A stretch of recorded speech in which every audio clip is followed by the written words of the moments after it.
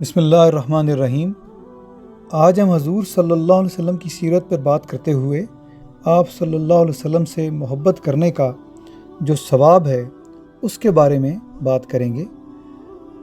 کتاب الشفاء میں قاضی ایاز مالکی رحمۃ اللہ علیہ نے یہ حدیث شریف نوٹ کی ہے کہ حضرت انس بن مالک رضی اللہ تعالیٰ عنہ سے روایت ہے کہ حضور صلی اللہ علیہ وسلم کی خدمت میں ایک شخص آیا اور اس نے سوال کیا کہ یا رسول اللہ قیامت کب آئے گی؟ تو حضور صلی اللہ علیہ وسلم نے فرمایا کہ آپ نے یہ پوچھا کہ قیامت کی فکر ہے لیکن کیا تم نے اس کی تیاری کی ہے؟ تو اس نے کہا کہ یا رسول اللہ میرے پاس اس کے لیے کوئی تیاری نہیں ہے، نہ تو میرے پاس نمازوں کا ذخیرہ ہے، نہ روزوں کا، نہ دوسرے اچھے عمل میں نے جمع کیے ہیں، اور یہ کہ میرے پاس کچھ نہ ہونے کے باوجود صرف ایک چیز ایسی ہے جس کو میں بہت ہی اہم سمجھتا ہوں، وہ یہ کہ اللہ اور اس کے رسول صلی اللہ علیہ وسلم کی ذات سے میں محبت رکھتا ہوں۔ تو اس کی یہ بات سن کر حضور صلی اللہ علیہ وسلم نے فرمایا کہ تو ان کے ساتھ ہے جن کو تو محبوب رکھتا ہے، یعنی کہ جن کو تو پیار کرتا ہے تو انہی کے ساتھ ہوگا۔ اسی طرح صفوان بن قدامہ فرماتے ہیں کہ ہجرت کے بعد میں نے حضور اکرم صلی اللہ علیہ وسلم سے یہ عرض کیا کہ یا رسول اللہ اپنا ہاتھ میری طرف بڑھا دیں تاکہ میں بیعت کروں۔ تو اس وقت میں نے کہا کہ یا رسول اللہ میں آپ سے محبت کرتا ہوں۔ تو حضور صلی اللہ علیہ وسلم نے فرمایا کہ انسان جس سے محبت کرتا ہے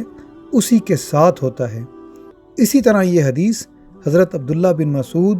حضرت ابو موسیٰ اور حضرت انس رضی اللہ تعالیٰ عنہ سے بھی روایت ہوئی ہے، لیکن ان تمام حدیث میں لفظ تھوڑے بہت مختلف ہیں، لیکن ان سب کا مفہوم یہی ہے کہ جن سے آپ محبت کرتے ہیں انہی کے ساتھ آپ کا حشر ہوگا یا انہی کے ساتھ آپ ہوں گے۔ اسی طرح حضرت علی کرم اللہ وجہہ فرماتے ہیں کہ حضور صلی اللہ علیہ وسلم نے حضرت امام حسن اور حضرت امام حسین رضی اللہ تعالیٰ عنہم اجمعین کے ہاتھ اپنے ہاتھ میں لے کر فرمایا کہ جو مجھ سے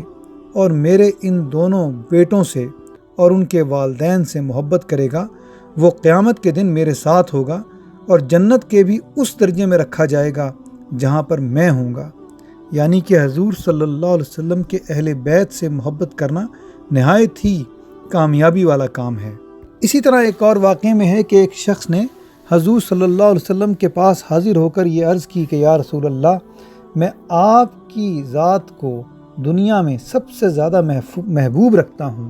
نہ مجھے مال سے محبت ہے، نہ مجھے اپنے رشتہ داروں اور جاننے والوں سے، لیکن جب بھی مجھے آپ کی یاد ستاتی ہے تو کچھ نہیں مگر آپ کی شکل کو دیکھ کر میرے دل کو تسکین آ جاتی ہے۔ لیکن مجھے ایک یہ خیال دل میں تنگ کرتا ہے کہ مرنے کے بعد یہ کیسے ممکن ہوگا کہ میں آپ کی شکل کو دیکھ سکوں گا، کیونکہ آپ تو جنت کی اعلیٰ ترین منزلوں میں ہوں گے اور میں پتہ نہیں کہاں ہوں گا، اور میرے لیے یہ ممکن نہیں ہوگا کہ میں وہاں آپ کی دیدار سے مشرف ہو سکوں، یعنی کہ آپ کو میں دیکھ سکوں۔ تو جب یہ حضور صلی اللہ علیہ وسلم کا سچا عاشق آپ صلی اللہ علیہ وسلم سے یہ بات کر رہا تھا تو اللہ تعالیٰ کی رحمت کو جوش آ گیا اور یہ آیت نازل ہوئی وَمَن يُطِعِ اللَّهَ وَالرَّسُولَ فَأُولَٰئِكَ مَعَ الَّذِينَ أَنْعَمَ اللَّهُ عَلَيْهِمْ مِنَ النَّبِيِّينَ وَالصِّدِّيقِينَ وَالشُّهَدَاءِ وَالصَّالِحِينَ